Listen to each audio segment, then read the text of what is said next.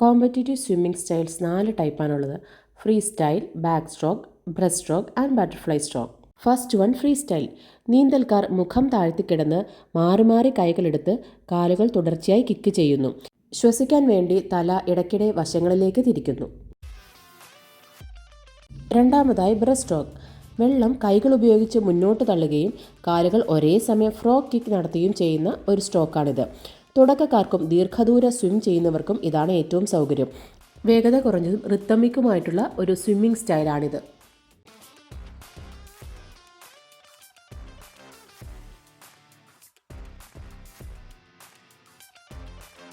മൂന്നാമത്തേതാണ് butterfly stroke. 2 കൈകളും ഒരുമിച്ച് വെള്ളത്തിന് മുകളിലൂടെ എടുത്ത് മുന്നോട്ട് നീക്കുന്നു.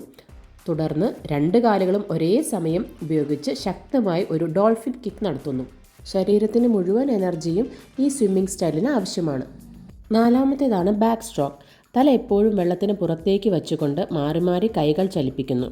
ഫ്ലട്ടർ കിക്ക് ഉപയോഗിച്ച് പുറകിലേക്ക് നീന്തുകയാണ് ഇതിൽ ചെയ്യുന്നത്. ഫ്രീ സ്റ്റൈലിന് മറ്റൊരു ബദൽ സംവിധാനമാണ് ബാക്ക് സ്ട്രോക്ക്. ശരീരത്തിൻ്റെ മുൻഭാഗത്തെ ശക്തി വർദ്ധിപ്പിക്കുന്നതിനും വേഗത മാറ്റുന്നതിനും ഏറ്റവും മികച്ചതാണിത്. ഇതെല്ലാമാണ് 4 തരത്തിലുള്ള സ്വിമ്മിംഗ് സ്റ്റൈലുകൾ. നീന്തലിന് ശേഷം ഇങ്ങനെ വെള്ളത്തിൽ മുങ്ങി നിവർന്ന് ബ്രീത്തിങ് നോർമലാക്കേണ്ടത് അത്യാവശ്യമാണ്.